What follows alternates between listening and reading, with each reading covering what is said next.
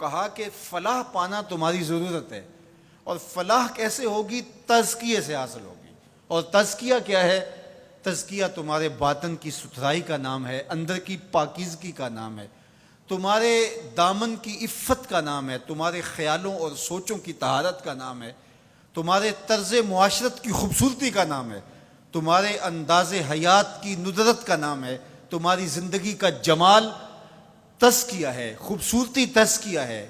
اللہ کی حرام کردہ چیزوں سے بچنا، اس کی ممنوعات سے محفوظ رہنا، حتیٰ کہ مکروہات سے بھی، اور یہاں تک کہ ایسی سوچ سے بھی، ایسے خیال سے بھی، ایسے وسوسے سے بھی اپنے آپ کو بچانا، اس کو تزکیہ کہا جاتا ہے۔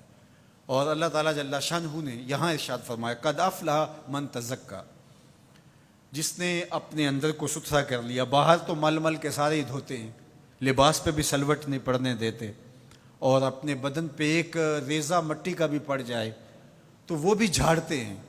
کہا یہ بھی اچھی بات ہے، اسلام ستھرائی کا دین ہے، صفائی کا دین ہے، لیکن اس سے کہیں زیادہ اہمیت ہمارے باطن کی صفائی کی ہے، ہمارے اندر کے ستھرا ہونے کی ہے۔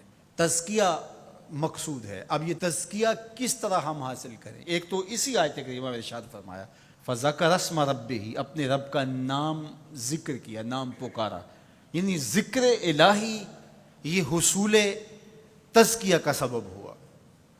فصلی، اور دوسری بات ارشاد فرمائی نماز۔ تو یہ تزکیے کا نتیجہ بھی ہے کہ جب اندر تزکیے کے نور سے مالا مال ہوگا تو پھر پیشانی سجدے میں ضرور جھکے گی، اللہ کی بندگی یہ بندے کا مزاج ہوگا۔ اور دوسرا یہ ہے کہ اگر یہ تم حاصل کرنا چاہو تو پھر تمہیں اس عمل سے بھی گزرنا پڑے گا، اور اللہ کا ذکر تمہارے اندر کے زنگ اتارے گا۔ تو جب دل کا زنگ اترا تو دل مزکا ہو گیا، دل کو تزکیے کی دولت نصیب ہو گئی۔ اور دوسرے مقام پہ اللہ کے محبوب علیہ الصلوۃ والسلام نے دل کے زنگ اتارنے کا جو ایک نسخہ ارشاد فرمایا وہ یہ ہے کہ دل کا زنگ قرآن مجید کی تلاوت سے اترتا ہے۔ اب ذرا دیکھیے قرآن مجید میں بھی اس پر بڑی خوبصورتی کے ساتھ ارشاد فرمایا گیا۔ حضرت ابراہیم علیہ السلام کی جو دعا ہے ربنا وابعث فیہم رسولا، ابراہیم علیہ السلام اللہ کے گھر کی تعمیر کر چکنے کے بعد عرض گزار ہوتے ہیں کہ مالک تیرے گھر کی تعمیر کی، یقیناً تو اس کا بہتر صلہ عطا فرمائے گا، تو اپنی جناب سے جو اجر اور صلہ عطا فرمانا چاہتا ہے اس میں سے میری چاہت یہ ہے کہ تو وہ رسول برحق مبعوث کر دے جو ان پر تیری آیات کی تلاوت کرے۔ اور اس دعا کا ذکر اللہ تعالیٰ نے قرآن مجید میں کیا، اور جس مقام پہ دعا کی اس مقام کو بھی محفوظ رکھا۔ واتخذوا من مقام ابراہیم مصلی، کہا اس کو جائے نماز بنا لو۔ آپ نے حج یا عمرے کی سعادت پائی ہو تو وہاں مطاف سے تو ہر رکاوٹ اٹھائی جاتی ہے کہ طواف کرنے والوں کو کوئی دقت نہ ہو، اور یہاں یہ پتھر نصب کیا ہوا ہے، یا اللہ تیرے گھر کے سامنے یہ پتھر تو نے تو پتھروں سے دور ہٹایا تھا، لیکن اس پتھر کے نیڑے آ کے سجدہ کرنے کا کہا گیا۔ واتخذوا من مقام ابراہیم مصلی، طواف کر لیا، عمرہ کر لیا، حج کی سعادت پائی، طواف زیارت کر لیا، لیکن کہا کہ تمہارا طواف نہیں مانوں گا جب تک 2 رکعت یہاں نہیں پڑھو گے جہاں میرے یار کے قدم لگے۔ یا اللہ تیرے گھر کا طواف ہو گیا، کوئی کسر رہ تو نہیں گئی تھی؟ کہا محبت کی بولی جانتے ہو تو یار کا ڈیرا اچھا لگتا ہے، اتنی دیر تک تمہارا طواف ہی قبول نہیں جب تک یہاں ماتھا نہیں رگڑو گے جہاں میرے یار کے، میرے خلیل کے قدم لگے۔ اب وہاں پیشانی رگڑائی جا رہی ہے اور وہاں ماتھا رگڑا جا رہا ہے۔ کہا یہ مقام ابراہیم ہے، یہ عزت کا مقام ہے، اس پتھر کے نیڑے لایا جا رہا ہے۔ وہ بھی پتھر ہے، کالے رنگ کا پتھر ہے، لیکن اس کو چومنے کی تلقین کی، ادب سے چوما جا رہا ہے، عقیدت سے چھوا جا رہا ہے، پیار سے دیکھا جا رہا ہے۔ میں نے بوڑھے اشخاص کو بھی دیکھا کہ ہتھیلیوں پہ جان رکھ کے پتھر کو چومنے کے لیے بے چین ہے۔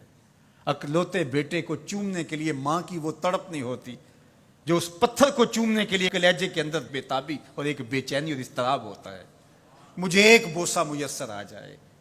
یہ تڑپ کیوں؟ یہ راز حضرت عمر نے کھولا۔ حجر اسود کو چوم رہے تھے اور چومنے سے پہلے بولے اے حجر اسود تجھے کبھی نہ چومتا اگر میرے حضور نے نہ چوما ہوتا۔ ہم نے قطرہ دیکھا نہ کبھی دریا پہ غور کیا، بس جہاں تیری جھلک نظر آئی وہیں ڈوب گئے۔ تو یہ عقیدتوں کے رنگ ہیں، یہ محبتوں کے روپ ہیں، یہ الفتوں کا ایک عجیب جہان ہے جو ہم نے یہاں آباد دیکھا۔ تو یہ پتھر ہو کر کے بھی عزتوں کا ظرف قرار پایا، اور اس کو سینے کعبہ کے اندر نصب کر دیا گیا، کہا یہ نشان ہے، یہ شاعر اللہ میں سے ہے، یہ جائے نماز بنا لو، یہ عزتوں کا ظرف قرار پایا۔ اس کو یہ عزت کیوں ملی؟ اس لیے کہ حضرت خلیل اللہ کے قدم لگے۔ اچھا، کیا حضرت ابراہیم کے قدم ساری زندگی اسی پتھر پہ لگے یا کسی اور پتھر پہ بھی لگے؟ ظاہر ہے یہ سارا علاقہ ہی پتھریلا تھا، ان کے قدم تو جگہ جگہ لگے، لیکن کسی اور پتھر کو محفوظ نہیں کیا گیا، اس پتھر کو محفوظ کیوں کیا گیا؟